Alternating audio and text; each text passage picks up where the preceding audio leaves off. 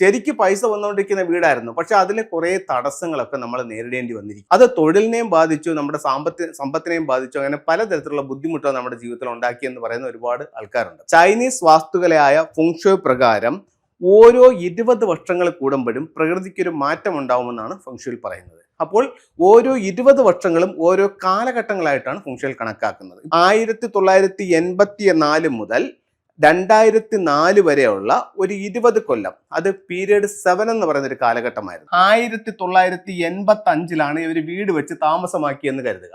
അപ്പോൾ ഇവർ വീട് വെച്ചപ്പോൾ വീടിന്റെ ഒരു കണക്കെടുക്കുമ്പോൾ ഓരോ ദിക്കിലും 2 നമ്പറുകൾ വീതം വരും. അപ്പോൾ ഇവരുടെ പ്രധാന വാതിൽ കിഴക്ക് വശത്താണ്. ഇവിടെ വന്നിരിക്കുന്ന നമ്പർ 77 ആണെന്ന് കരുതുക.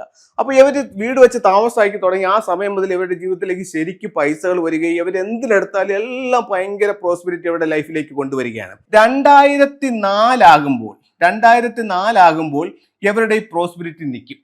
എന്താണ് കാരണം?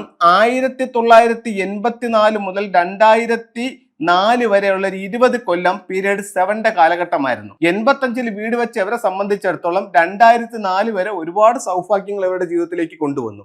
അതേസമയം 2004 തുടങ്ങിയപ്പോഴത്തേക്ക് 7 എന്നുള്ള കാലഘട്ടം 8 ആയിട്ട് മാറി. പിന്നെ ഈ വീട്ടുകാരന് സംഭവിച്ചതെന്ന് പറഞ്ഞു കഴിഞ്ഞാൽ നഷ്ടങ്ങളും കടബാധ്യതകളുമാണ് ഈ വീട്ടുകാരന് സംഭവിച്ചത്. ഈ 7ന്റെ യഥാർത്ഥ സ്വഭാവം എന്ന് പറയുന്നത് പറ്റിപ്പും കടബാധ്യതയുമാണ്. പിന്നെ ഇദ്ദേഹത്തെ എല്ലാവരും പറ്റിക്കാൻ തുടങ്ങി. ഇദ്ദേഹത്തിൽ നിന്ന് പൈസ വാങ്ങിച്ച് തിരിച്ചു തരാതെയായി.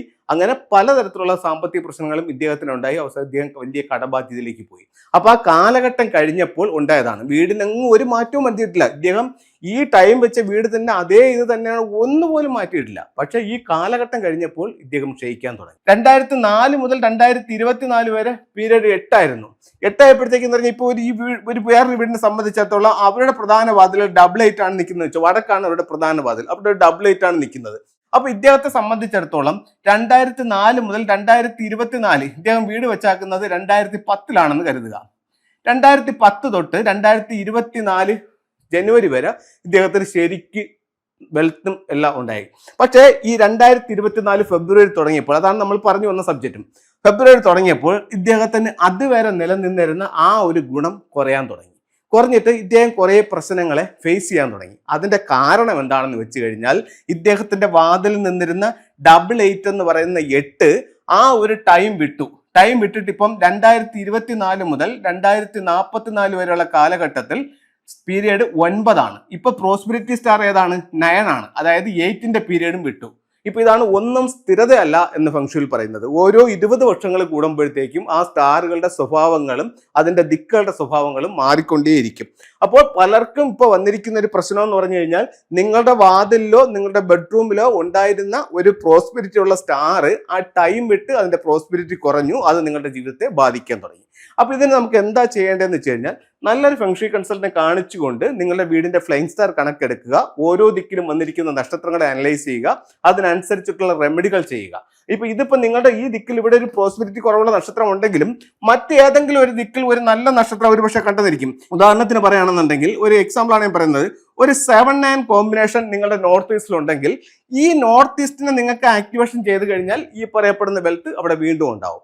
അപ്പൊ അതിനെന്താ ചെയ്യേണ്ടതെന്ന് പറഞ്ഞാൽ നല്ലൊരു ഫെങ് ഷൂയ് കൺസൾട്ടന്റിനെ കാണിച്ചുകൊണ്ട് വേണ്ടുന്ന പരിഹാരങ്ങൾ ചെയ്തു കഴിഞ്ഞാൽ ഉറപ്പായിട്ടും ജീവിതത്തിൽ വീണ്ടും നേട്ടങ്ങൾ ഉണ്ടാക്കാനായിട്ട് ചൈനീസ് വാസ്തുക്കളായ ഫെങ് ഷൂയിലൂടെ സാധിക്കുന്നതാണ്. നമുക്ക് ഫെങ് ഷൂയുടെ ചില ടൂളുകൾ നോക്കാം. ഇത് വെൽത്ത് കൊണ്ട് തരാനായിട്ട് ഫെങ് ഷൂയിൽ ഉപയോഗിക്കുന്ന ഒരു ടൂളാണ്. ഇതിനെ 3 ലെഗ്ഡ് ഫ്രോഗ് എന്നാണ് പറയുന്നത്. നമുക്കറിയാം 3 കാലുകൾ, 1, 2, 3.